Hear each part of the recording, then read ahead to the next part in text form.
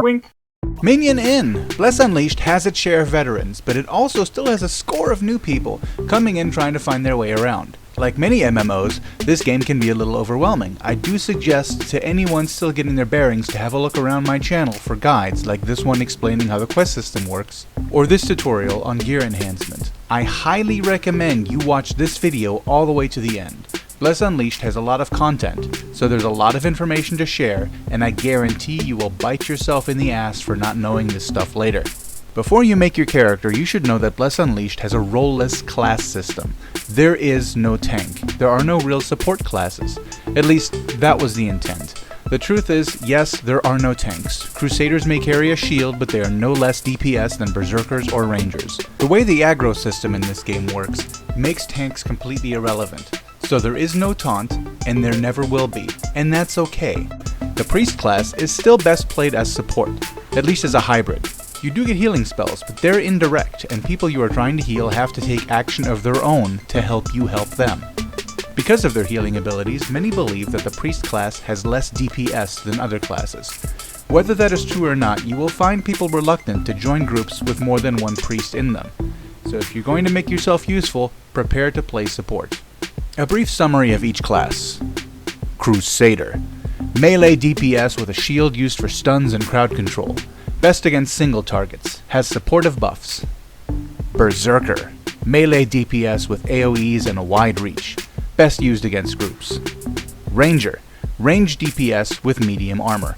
A little slower than the mage, but just as versatile. Most useful against groups of targets early on, and high damage to single targets later. Mage. Range DPS. Good for solo play. High DPS output with low defense. Most useful against single targets in the early stages with more AoEs as you progress. Priest. Range DPS, buff and heal bot with low defense and DPS that may be below average but still sufficient. Good class for soloing as you can heal yourself on the go. When you start a new character, you'll have the option of playing the introductory storyline on the island of Tolarian. If this is your first character, you should definitely play it, as it includes introduction to quests and other activities. Doing all quests on Tolarian will get you to level 3 as you enter the open world and fill you in on important plot points of the story. If you're on your second character, skipping the intro quest will not affect you. As soon as you're ready to start fighting stuff, you should definitely go to your skills menu and read up on your available skills, as some of them have uses that aren't obvious right away. Also familiarize yourself with your attack combos. Don't just pick the one with the highest damage at the end of the chain and use only that combo. Each combo has its uses in different situations. Be versatile. Some of them keep opponents off balance to prevent them hitting you, and remember that you may not be able to complete long combos if you're forced to dodge an attack, in which case the damage output of the final chain attack is irrelevant. At the far bottom left of your menu, you'll see a menu point called Stable. That is where your mounts will go when you get them. Go to the Stable menu to select which mount will appear when you mount up. Mounting up is done by holding the LB button and pressing down on the directional pad. If you've got the gold, there are mount merchants at every major city and outpost. You'll pass your first one on the path between Marco's Farm and Karzakor very early on. Don't bother with traps and lures at this point, they're useless until later.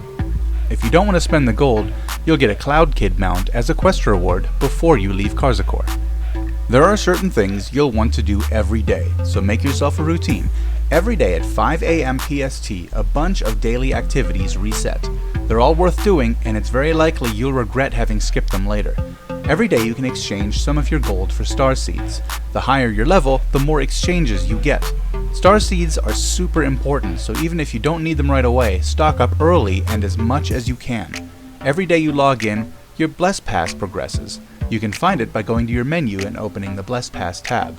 Don't forget to collect your daily login rewards. You may not be there yet, but you should know in advance that when you reach level 25, you'll be able to do prestige quests, which are basically reputation missions for the faction representing various areas. Here's the catch though. To do prestige quests, you first have to be at least of honored reputation with those factions, so as you're leveling up, make it a habit to include the normal reputation quests in your daily routine. You can do each reputation quest 3 times a day. Aside from level, your gear score is very important, maybe even more so. Keep an eye on it and make sure you increase it whenever you get a chance. The veterans in this game have done a lot of legwork. As a result, there is lots of B-grade gear on the market. There are no item level restrictions, so go nuts. As soon as you can afford it, replace any of your D-grade stuff with those market purchases. It will make your progress much easier. I mentioned the Bless Pass earlier. There's more to it than the daily login. It also gives you challenges to do. Completing them advances your Bless Pass tier, opening up more rewards, many of them valuable. You won't really need it until later, but familiarize yourself with a campaign tab found at the bottom left of your menu. This is much like the Bless Pass, as it provides you with additional challenges and objectives to complete for some sweet rewards. Once you reach level 5, you'll be able to start entering arenas, which later leads to dungeons. To do so, open your menu and select matchmaking. These are treasure chests. There's a bunch of them in every region, the first one right inside Marco's house. They contain bag pieces. Combining 4 bag pieces at a bag vendor will increase your inventory space by 1 slot. This adds up, so collect any chests you see. For a guide on chest locations, you can click this card. You're ready to go tackle Lumios, the world of Bless Unleashed, and make a name for yourself. This game is a marathon, not a race. It's not about leveling quickly, it's about experiencing the game at your level range. Do all available quests, harvest crafting materials along your path. Most important events and features will become available to you naturally as long as you continue to follow the blue campaign quest line. Make a mental note of this. At one point, soon after you leave Karzakor, you will meet Redford in the old amphitheater. Part of his quest line will introduce you to gear enhancement. Do yourself a favor, even if you already know enhancement before this point, don't do it. If you enhance all of your gear before Reginald tells you to, then you'll be stuck at this point of progression until you find more gear that can be upgraded, and at your level, that could take a while.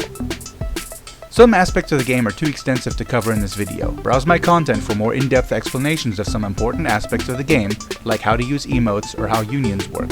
At the end of this video, you'll find links to some of them. Now go be a hero, and welcome home. Minion out.